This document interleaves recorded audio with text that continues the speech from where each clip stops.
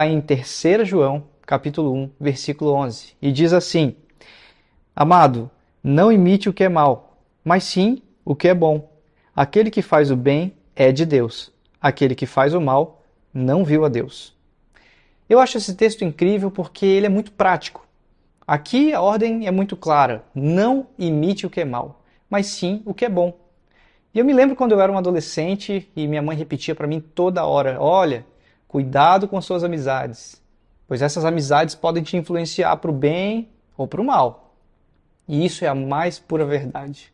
Querendo ou não, nós somos influenciados por várias coisas no mundo. Por exemplo, hoje em dia nós somos levados a conhecer um restaurante bacana porque vimos no stories de algum blogueiro famoso por aí. A questão é, o que vamos imitar? Coisas boas ou coisas más? A escolha é nossa. E esse texto nos traz uma lembrança importante. Aquele que faz o bem é de Deus. Ou seja, se dissermos que amamos a Deus, que Jesus é o nosso Senhor e Salvador, a nossa única opção é fazer o bem e nunca o mal. E aqui vai um exemplo bem prático do nosso dia a dia. Por mais que às vezes o nosso coração pecaminoso queira nos conduzir por um caminho de vingança quando alguém nos fecha no trânsito, a nossa obrigação é perdoar e fazer o bem. E desejando, no mínimo, que Deus tenha misericórdia do outro motorista e que nada de mal lhe aconteça. Que difícil isso, né? Mas então, se falamos que amamos a Deus, a nossa obrigação é simplesmente fazer o bem, sem olhar a quem. E sempre imitar as coisas boas do nosso exemplo maior de vida, que é o nosso próprio Jesus. Ele é o nosso padrão. E eu espero que você ore a Deus sobre isso e peça ajuda para imitar sempre o bem de Jesus e nunca o mal que existe em nossos corações. Deus te abençoe. Salmos, versículos 13 e 14 do capítulo 139. Fala assim: Tu criastes o íntimo do meu ser e me teceste do ventre da minha mãe. Eu te louvo porque me fizeste de modo especial e admirável. Tuas obras são maravilhosas. Digo isso com convicção. Davi tá escrevendo ali um belo texto para Deus, se lembrando de quão formoso é a formação de um ser humano. Se você já passou pelo processo de acompanhar algumas ultrassons, eu tive o privilégio de passar isso recentemente com a minha filha. Eu me lembro muito bem que no primeiro ultrassom, aquele conjunto de manchas pretas e brancas não faziam muito sentido para mim. A minha esposa e eu olhamos para aquilo e falamos: nossa, isso é maravilhoso, mas não fazia muito sentido. Bom, nas ultrassons seguintes, aquilo começou a tomar forma: mãozinha, perninha, rosto, nariz. E a gente pôde contemplar um pouquinho da perfeição de Deus na criação de um ser humano. Davi está falando exatamente isso. Você me criou de forma especial. Você é uma criação única de Deus. Não existe outra pessoa parecida com você. E meu desafio para você nesse dia é que você olhe ao redor e contemple não só a criação humana de Deus, mas também a criação da natureza. Toda a natureza, toda a ciência é coordenada pelo nosso Deus. E isso é maravilhoso. O texto fala que tudo que Deus criou são obras maravilhosas. Observe ao seu redor com sensibilidade. E no caminho do trabalho, no caminho da escola, observe ao seu redor, veja o que Deus criou. Tudo isso foi criado de forma única, pelas mãos de quem rege o universo. Tenha um bom dia e que isso faça sentido para a sua vida daqui para frente. Provérbios capítulo 27, versículo 17, e diz: Assim como o ferro afia o ferro, o homem afia o seu companheiro.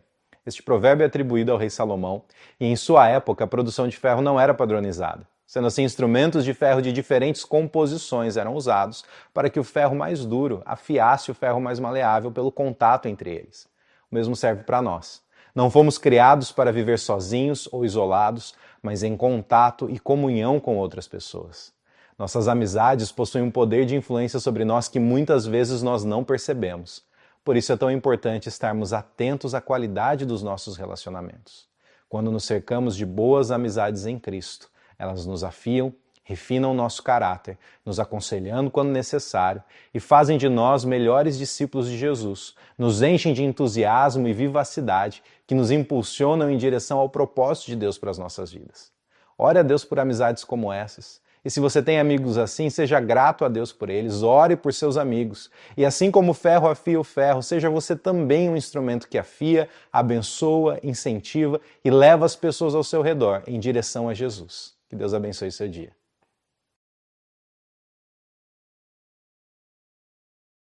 Gálatas 5, 24, o texto diz assim: aqueles que pertencem a Cristo Jesus crucificaram as paixões e os desejos da sua natureza humana.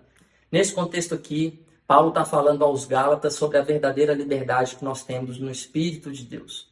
O Espírito Santo, ele nos torna livres, ou seja, nós não somos mais escravos do pecado, nós não estamos mais obrigatoriamente submetidos aos nossos desejos e impulsos naturais. Por meio do Espírito Santo, nós podemos submeter a nossa vontade à vontade do Pai. O grande lance é que, na maior parte do tempo, nós estamos tentando acertar a nossa postura para então focarmos na nossa intimidade com Jesus. É como se nós entendêssemos inconscientemente que a gente precisa estar pronto para então nos achegarmos à presença de Jesus. E aqui vai a dica: faça o contrário. Foque, seja intencional em buscar intimidade com Jesus. Quanto mais tempo você passar com Ele, mais naturalmente você vai se tornando como Ele e mais naturalmente você vai fazer e viver a vida como Ele mesmo fazia e vivia a vida.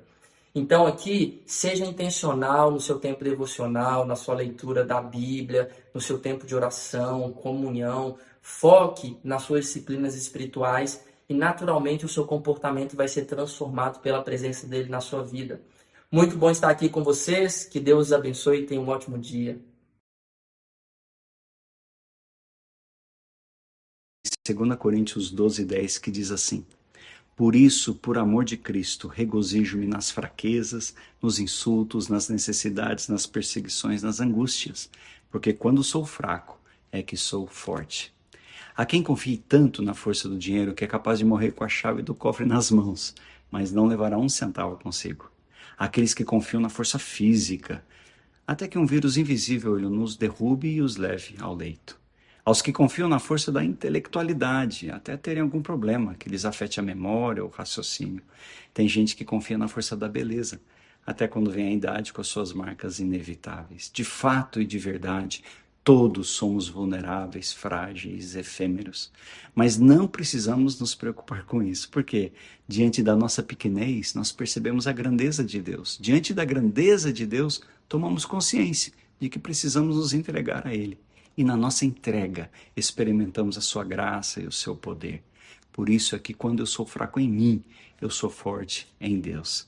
Definitivamente, quando eu sou fraco, eu sou forte.